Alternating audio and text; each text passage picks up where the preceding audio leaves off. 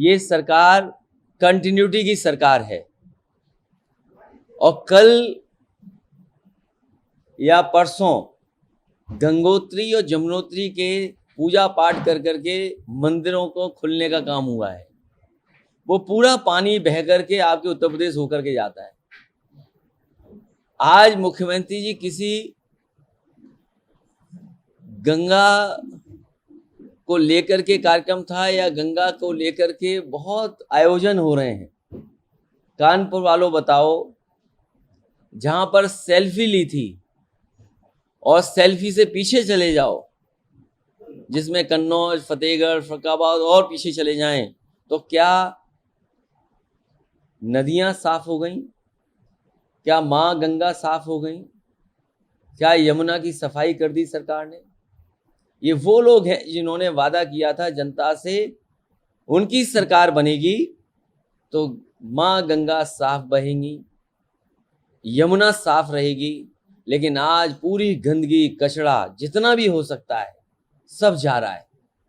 आए दिन देखने को मिलता है शहर में गंदगी भरी पड़ी है।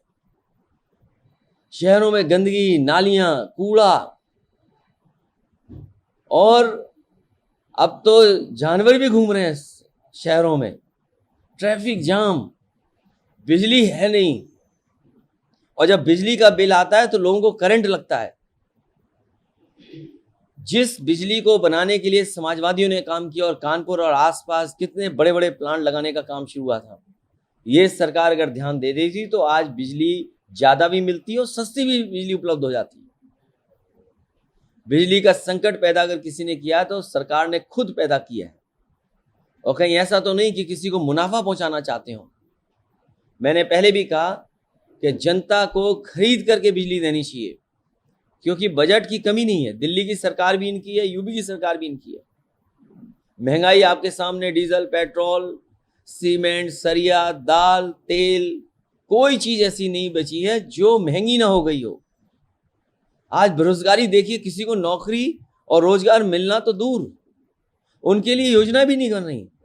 पिछली बार कहा था कि 5 लाख करोड़ का इन्वेस्टमेंट आएगा, लेकिन नौकरी रोजगार नहीं मिले। क्या कारखाने, उद्योग बने, लगे कि नहीं लगे? और फिर ये महानगर शहर है, बड़ा शहर है, किसान का गेहूं सरकारी खरीद नहीं हुई। सरकार ने खुली छूट दी कि प्राइवेट लोग जितना खरीदना चाहें खरीद लें, और इसलिए छूट दी है सरकार ने कि जो अपना गेहूं पिसा करके खा रहे हैं वो तो सस्ता खा लेंगे, लेकिन जो पैकेट वाला खरीदेंगे वो इतना महंगा मिलने जा रहा है कि बीजेपी ने ऐसा रणनीति बनाई है, ऐसी स्ट्रेटजी तैयार की है कि शहर में रहने वाले लोगों को आटा महंगा मिलेगा, सूजी महंगी मिलेगी, आपको पकौड़े बनाने वाला बेसन महंगा मिलेगा, सरसों का तेल, रिफाइंड, घी सब महंगा करा दिया। और बैंकों ने भी अब आपका इंटरेस्ट रेट कम कर दिया, और लोन लेंगे तो इंटरेस्ट रेट ज्यादा। आप 2014 से हिसाब लगाइए अभी तक कितना सेविंग में और फिक्स डिपॉजिट में इंटरेस्ट कम हुआ है। और फिर कानून व्यवस्था की तो बात ही मत करो। जो लोग जीरो टॉलरेंस की बात कर रहे थे, जो कभी तमंचावादी कहते थे, जो समाजवादियों के सरकार को न जाने क्या कहते थे, आज बताओ तमंचा लगा करके 3,35,000 रुपए की लूट हो गई। ये क्या भारतीय जनता पार्टी का तमंचा था? क्या भारतीय जनता पार्टी के लोग तमंचा लगा रहे हैं? और इतनी लूट और इतना भ्रष्टाचार कभी उत्तर प्रदेश की जनता ने नहीं देखा होगा जितना इस बार देखने को मिल रहा है। और पुलिस मन मर्जी कर रही है। और पुलिस क्यों ना मन मर्जी करे? अगर पुलिस से आप चुनाव जीतना चाहोगे, लोगों को परेशान कराना चाहोगे, बाद में वो मन मर्जी तो करेंगे। आप देखिए जिला पंचायत के चुनाव में क्या लूट हुई, एमएलसी के चुनाव में क्या नहीं दबाव बनाया गया। और आपके सामने घटना है ललितपुर की, एक पीड़िता है जिसके साथ बलात्कार हुआ, वो अपनी फरियाद लेकर के आई, फिर बलात्कार हो गया उसके साथ। भाई दुनिया में ऐसी कहीं घटना हो सकती है? और तब वो घटना हो रही है जब बीजेपी की सरकार है। समाजवादी लोग अगर नहीं पहुंचे होते तो पुलिस के खिलाफ इतनी कड़ी कार्रवाई नहीं होती। मेरी फिर मांग है कि कि ऐसे लोग, पुलिस के लोग जो इसमें शामिल है, वो टर्मिनेट होना चाहिए। ये केवल ललितपुर में घटना नहीं हुई, आप चंदौली की घटना बताइए, क्या हुआ वहां पर। एक परिवार में 2 बहनों को मारा, एक की जान चली गई, दूसरी अभी भी बीमार है, उसकी पिटाई की गई, और पुलिस कहानी बदल रही कि उसने फांसी लगा ली। सच्चाई तो यह है कि बीजेपी से अच्छा इनकी सरकार में पुलिस कहानी कभी नहीं बनाती। पुलिस कहानी बनाने में बहुत तेज है, कोई घटना होगी उसमें कहानी बना देंगे। इसलिए बेरोजगार, महंगाई और आपके पुलिस के कामकाज देख सकते हो। फेक इनकाउंटर में नंबर 1, कस्टोडियल डेथ में number 1, national human right commission से जो नोटिस मिलती है उसमें नंबर 1, महिला आयोग से जो नोटिस मिलती हैं पुलिस को नंबर 1, अपराधियों की सूची में जो चुनाव लड़े बीजेपी नंबर 1। और इनकी सरकार में वैसे तो ये निशानेबाज हैं, लेकिन सोचिए एक आईपीएस फरार है, आईपीएस पे इनाम घोषित है। इसलिए ये सरकार कंटिन्यूटी की सरकार है, और कंटिन्यूटी की सरकार में कानून व्यवस्था लेकर के हर चीज बर्बाद कर दी सरकार।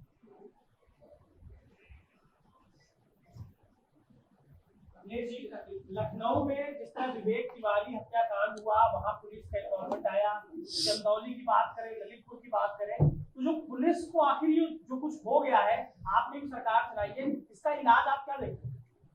पुलिस से अगर पॉलिटिकल लाभ लेंगे आप,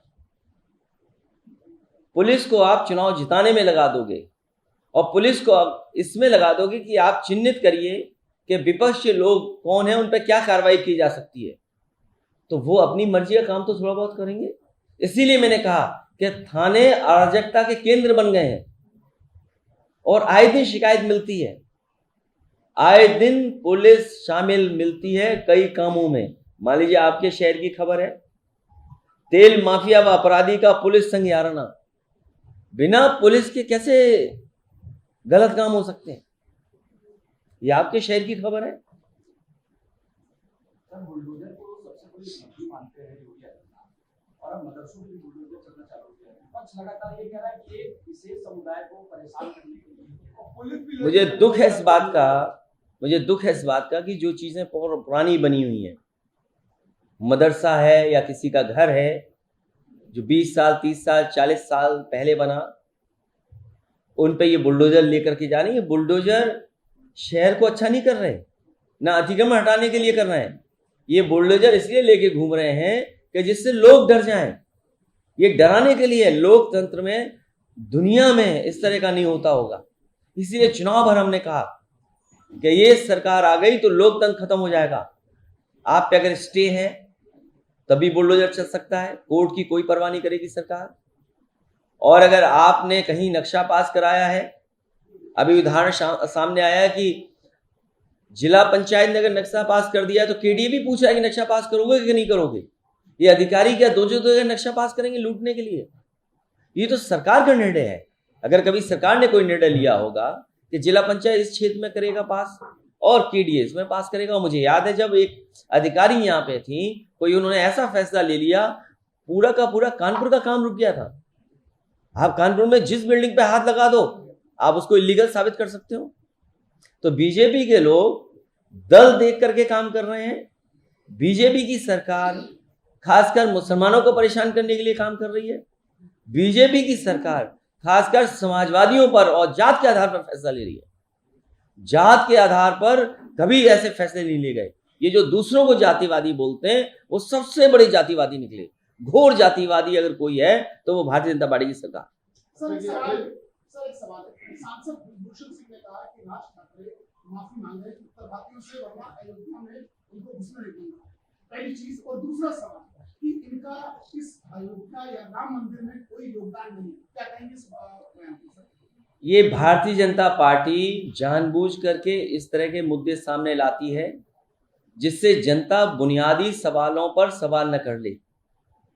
आज तक डीजल पेट्रोल जो महंगा हो गया उसका जवाब नहीं दे रहे हैं। डीजल पेट्रोल से जो मुनाफा हो रहा है वो पैसा कहाँ जा रहा है। चर्चा इस बात की ना हो कि आपने अगर लोन ले लिया घर मकान बनाने के लिए तो उसका इंटरेस्ट बढ़ जाएगा। अब आपको आपको हमको पता ही नहीं कि स्टील कितनी महंगी हो गई है। और अगर आप हिसाब किताब देखोगे तो आम जनता को तो देना पड़ रहा है पैसा बढ़ करके, लेकिन जो बड़ी बड़ी कंपनियां उनका मुनाफा नहीं कम हो रहा है। इस कोविड के समय पे भी किसी बड़ी कंपनी का मुनाफा कम नहीं हुआ।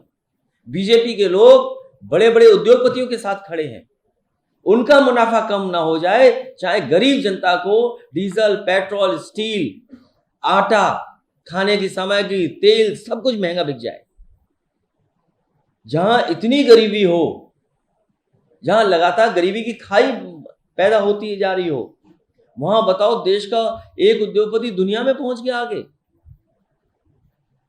सर, यूपी की राजनीति जो है वो बेसिकली अब हिंदू मुस्लिम के नाम पर बढ़ती जा रही है। आपने भी सरकार चलाई है, अब जो मौजूदा हालात है वो कहीं ना कहीं जो है आजान पर आकर टिक गया है, हनुमान को चालीसा पर टिक गया है। आपने भी सरकार चलाई है, क्या मानते हैं कहाँ कुछ कमी रही? भारतीय जनता पार्टी बच गई, नहीं तो इसी चुनाव में उनको जनता ने सबक सिखा दिया था। अगर आप आंकड़े देखेंगे तो समाजवादी लोग 3.5 लाख वोट से तो पीछे हैं। और अगर हमारे कार्यकर्ता, हम अब उसमें विश्लेषण नहीं कर रहे हैं, उसमें एनालिसिस नहीं कर रहे हैं, अभी भी इलेक्शन कमीशन ने कुछ विधानसभाओं के डेटा अपलोड नहीं किया अभी तक। इतने महीने चुनाव हो गए, अभी तक इलेक्शन कमीशन ने डेटा अपलोड नहीं किया है। और डेटा अपलोड इसलिए भी नहीं हो सकता, हो रहा हो क्योंकि उन्हें मैनिपुलेशन करना है। भाई मैनिपुलेशन जब तक नहीं होगा तब तक डेटा कैसे डालोगे? आपका विधायक जीत गया, निकाल के बाहर कर दिया, रिजल्ट आपने अपने पक्ष में कर लिया, अब वो वोट कहीं तो दिखाओगे आप। तो सोचिए, इलेक्शन कमीशन भी आपके साथ नहीं था, फेयर नहीं करा रहा था चुनाव। समाजवादी ने कोई भी शिकायत की होगी, और शिकायत को नहीं माना, और न जाने कितने वोट कट गए। और खासकर जो पन्ना प्रभारी थे, उन्होंने चिन्हित कर करके, ये समाजवादी लोग हैं, ये यादव हैं, ये मुस्लिम हैं, इनके वोट काट दो, या ये गैर बरादरी के हैं, ये मान लीजिए अमिताभ वाजपेयी, मुनीष शुक्ला के करीब के लोग हैं, इनका वोट काट दो। बताओ वोट काटेगा नहीं काटेगा? तो ये वेल प्लान्ड चुनाव लड़ा था भारतीय जनता पार्टी ने, इसलिए क्योंकि वो जानते थे कि हार गए यूपी में, जनता इनके खिलाफ है। अभी जी आपके सहयोगियों के बारे में बात करें कि सहयोगियों पर बार-बार लगातार बयान आते हैं। ओम प्रकाश राजभर ने तमाम लोगों से मुलाकात की। क्या सहयोगी जो चुनाव के पहले जैसे देखिए, आज ही वैसे हैं या बीजेपी डोरे डाल के उनको काटने में लगी है? देखिए, बीजेपी कुछ भी करेगी लोकसभा चुनाव से पहले। उन्हें पता है कि समाजवादी पार्टी के साथ जो गठबंधन के लोग हैं वो 24 लोकसभा जीत चुके हैं। हम लोग थोड़ी मेहनत प्रयास और कर लेंगे तो उत्तर प्रदेश में ऐतिहासिक परिणाम आएगा, ये बीजेपी जानती है। इसलिए हर तरह का कंफ्यूजन बीजेपी फैलाएगी, और बीजेपी किसके माध्यम से कौन सी लड़ाई करा दे। अब तो बीजेपी वाले ट्वीट भी लिख करके देने लगे हैं। बीजेपी वाले ट्वीट लिख करके देते, अभी तक तो प्रेस के लोगों को देते थे, अपने जो स्पोक्स पर्सन को देते थे। अब सुनने में आया है किसी पार्टी से हिसाब किताब करना है, किसी नेता से हिसाब किताब करना है, तो उनकी रिसर्च टीम बाकायदा ट्वीट बनाती है और वो देती है कि ये ट्वीट आप करिए। अखिलेश जी, आप मानते हैं कि एक जात के लोग को टारगेट किया जा रहा है? क्योंकि कानपुर में भी घटना हुई, उसमें के यादव नाम के दरोगा को हटाया गया और कस्तूरबा सिंह, क्योंकि सरकार बेसिकली आप भी आरोप लगा रहे थे कि ठाकुरवाल चला रही है। एक पत्रकार साथी को भी कपड़े उतार के घुमा दिया, और उसमें भी पुलिस कोई कहानी बना देगी। वो क्या कहानी है ये? अब पुलिस बना देगी कोई कहानी, दबाव बना लेगी। मान लीजिए एक पत्रकार साथी ने पेपर आउट हो की जानकारी जिलाधिकारी को दे दी, उस पत्रकार साथी को जेल में रहना पड़ गया, उसके ऊपर झूठे मुकदमे लगा दिए गए। और कानपुर की पुलिस तो सब सीमाएं तोड़ गई, इसीलिए तो कानपुर फेमस है। वहीं आ रहा हूं मैं। तो आप सोचिए, सब कपड़े उतार दिए पत्रकार के, और मुझे नहीं लगता कोई व्हाट्सएप पे इतना वीडियो चला होगा। अरे व्हाट्सएप भेजने वाले ये भी नहीं जानते किस समय भेजना चाहिए, सुबह सुबह भेज दिया लोगों ने। अब स्वाभाविक है किसी ने भेजा होगा तो कोई ना कोई खोलेगा उसको। तो बताइए, अगर सुबह सुबह आपको किसी पत्रकार साथी का बिना कपड़ों का वीडियो देखने को मिल जाए व्हाट्सएप पर, और पहले दिन मैंने कहा सबसे ज्यादा घोर जातिवादी पार्टी अगर कोई है तो भारतीय जनता पार्टी। इनके आप सूची उठा लो ऊपर से नीचे तक, वाइस चांसलर कौन है या पदों पे कौन बैठा है, इस कोने से उस कोने तक हिसाब लगा लो कौन लोग बैठे हैं। तो ये बीजेपी की सरकार में जात के आधार पे काम होता है। अखिलेश जी, आजम खान साहब को लेकर बड़े सवाल चल रहे हैं। आजम खान साहब से आपने कोई उनके परिवार से संपर्क साधने की अभी फिलहाल कोई कोशिश करी है? मैं इरफान सोलंकी के साथ साथ जितने भी हमारे ईद मनाने वाले लोग हैं उनको मैं बधाई और मुबारकबाद देता हूं, और न केवल उत्तर प्रदेश, देश के सबको मुबारकबाद देता हूं। आदरणीय आजम खान साहब के परिवार को भी मुबारकबाद मैं आपके माध्यम से देता हूं, और पहले भी दिया मैंने। देखिए, आप उनके साथ अन्याय हुआ उसकी कहानी नहीं बता रहे। मैं तो पत्रकार साथियों से कहूंगा कि जब इतना इंटरेस्ट ले रहे हो मुझ में और आदरणीय आजम खान साहब में, तो कम से कम इतना इंटरेस्ट तो दिखाओ आप। और बीजेपी के लोगों से मैं कहना चाहता हूं कि कम से कम ये इंटरेस्ट दिखाओ कि आखिरकार किन अधिकारियों के माध्यम से आपने मुकदमे लगवाए थे।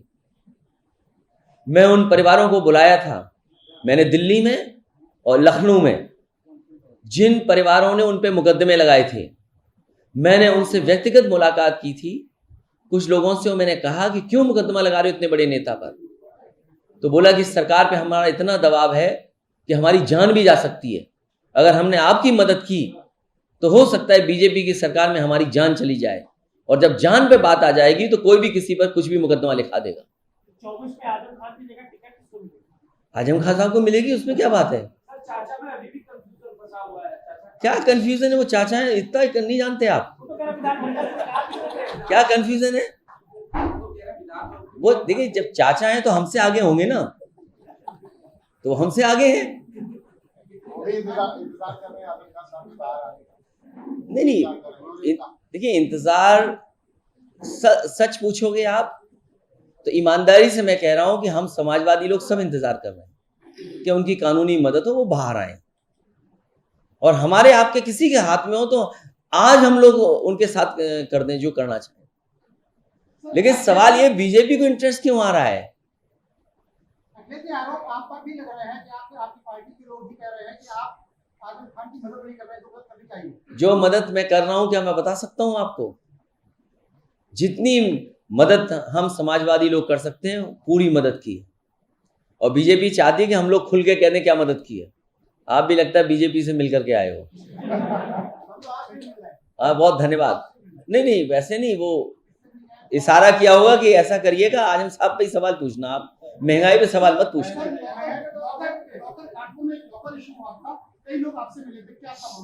देखिए, लॉकर में चोरी, बताइए, बैंक से अलग से चोरी हो रही है सरकार में, बैंक से इंटरेस्ट पे डकैती हो गई। और जब बैंकें डूब रही हैं और बैंकों में सामान रख दोगे तो उसकी डकैती हो जाएगी। उन परिवारों की मैंने मदद की, और जो संबंधित अधिकारी थे उनसे मैंने कहा कि बैंक की जिम्मेदारी है इनकी मदद करना, और मुझे खुशी है इस बात की कि बैंक ने हमारी बात को सुना और उन्होंने उन परिवारों की मदद की। यहाँ पर बिंदवा है, पहाड़पुर है, यहाँ पर यहीं के अधिकारी 4 साल पहले वहाँ नाप आप करके वहाँ के लोगों को जगह दे आए थे।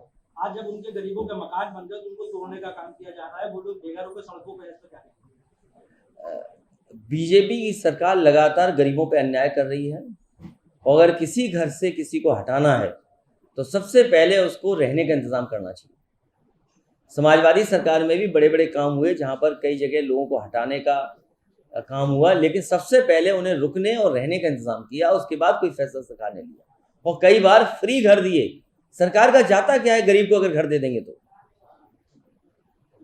वो परिवार जो है जाके डीएम आवास के बाहर पन्नों पर पेट्रोल डालने की कोशिश की। डीएम नहीं सुनेंगे, ये सरकार के ने और खासकर मुख्यमंत्री जी ने ऐसा मुख्यमंत्री आवास की दीवारें बना दी हैं कि चीख पुकार बाहर की सुनाई नहीं दे रही है। उन्हें जो परेशानी और तकलीफ है वो सुनाई नहीं दे रही वहां।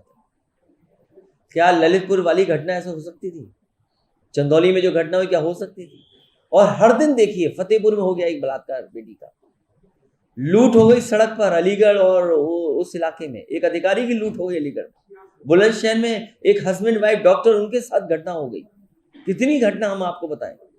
और सच्चाई ये है कि अगर आप आंकड़े मंगा लेंगे तो सबसे ज्यादा वर्स्ट लॉ एंड ऑर्डर अगर कहीं है तो आपका उत्तर प्रदेश में है।